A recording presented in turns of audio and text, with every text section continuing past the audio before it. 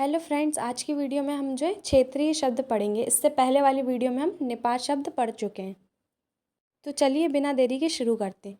क्षेत्रीय शब्द, इसकी परिभाषा और उदाहरण देखते हैं। वे शब्द जो किसी विशेष क्षेत्र या प्रांत की बोलियों में अधिक प्रयोग होते हैं और पूरे देश में प्रचलित नहीं होते, उन्हें क्षेत्रीय शब्द कहते हैं। ये परिभाषा क्या कहना चाह रही है कि क्षेत्रीय शब्द क्या होते हैं? किसी विशेष क्षेत्र यानी कोई पर्टिकुलर जगह है, वहाँ पर ही उस शब्द का क्या हो रहा है, प्रयोग हो रहा है।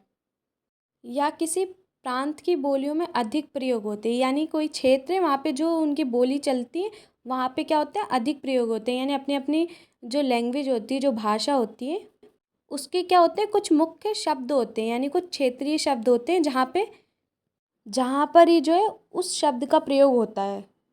जैसे कोई भोपाल में रह रहा है तो भोपाल की लैंग्वेज के कुछ ऐसे वर्ड्स होंगे जो ज़्यादा बोलेंगे। कोई यूपी में रह रहा है तो वहाँ पर कुछ वर्ड्स ऐसे होते हैं जो अलग होते हैं। मतलब तो सेम होता है, लेकिन क्या होता है, वो शब्द उसी जगह पर बोला जाता है और कहीं नहीं बोला जाएगा। तो अपने अपने क्षेत्र के हिसाब से वो शब्द क्या होते हैं, बोले जाते हैं, और वो पूरे देश में प्रचलित नहीं होते। यानी पूरे देश में उन शब्दों के बारे में कोई नहीं जानता है, क्योंकि वो क्या होता है, कुछ क्षेत्र में ही बोले जाते हैं, इसलिए उन्हें क्या बोलते हैं, क्षेत्रीय शब्द बोलते हैं। आगे देखते हैं, ये स्थानीय जीवन, संस्कृति और बोली से जुड़े होते हैं। यानी कोई क्षेत्र, स्थानीय मतलब जिस स्थान में हो उससे जुड़े रहते हैं, उसकी संस्कृति और उसकी बोली से। अब जैसे गांव की भाषा है तो वहाँ की भाषा, वहाँ का जीवन और वहाँ पे उनकी संस्कृति होती है, तो वो शब्द क्या होते हैं, क्षेत्रीय शब्द होते हैं। जो कुछ कुछ शब्द वहाँ के बोले जाते हैं, यानी उधर ही बोले जाएंगे वो शब्द, अपन यहाँ नहीं बोलेंगे, या पूरे देश में जो है नहीं बोले जाएंगे, तो उन्हें हम क्षेत्रीय शब्द कहते हैं। नीचे उदाहरण से हम समझ लेते हैं। नीचे उदाहरण में दिया अंगोछा। अंगोछा यानी होता है गमछा, तो ये जो है कहीं कहीं बोला जाता है, इसलिए क्या है, ये क्षेत्रीय शब्द है। अंगोछा आपने अक्सर गांव में सुना होगा, गांव के लोग अंगोछा बोलते हैं, यानी वो क्या होता है, गमछा।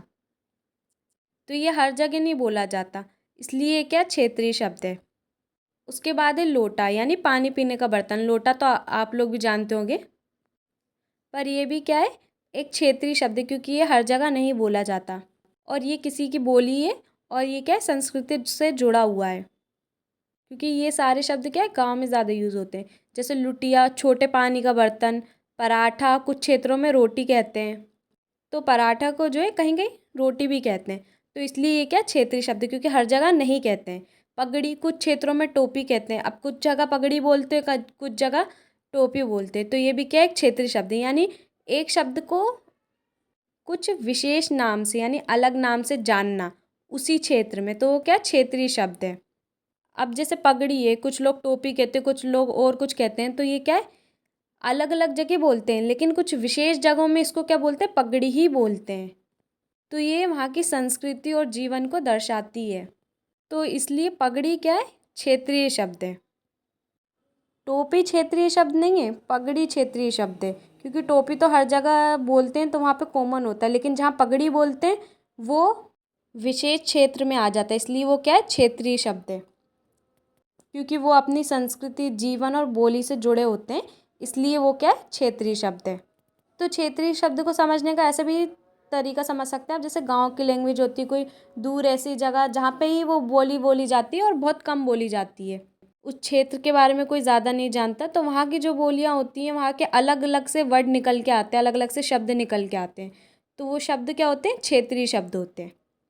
तो ये भी जो है 2 नंबर में ही आएगा, ये ऑब्जेक्टिव में आपसे पूछेगा, इससे ज़्यादा नहीं आता इससे भी। तो आपको इसकी परिभाषा और उदाहरण याद रखना है, इसलिए मैंने आपको ये सिंपल परिभाषा दी ताकि आपको आसानी से याद हो जाए। आगे मैं आपको हर एक चीज़ के एग्जाम्पल भी बताऊंगी। अभी आपको जैसा मैं बताती जा रही हूँ आपको वैसे ही याद करना है, ताकि आपको जो है लिखने में भी आसानी हो और आपको समझ में भी आ जाए। तो इसी के साथ मिलते हैं नेक्स्ट वीडियो में, तब तक के लिए बाय बाय।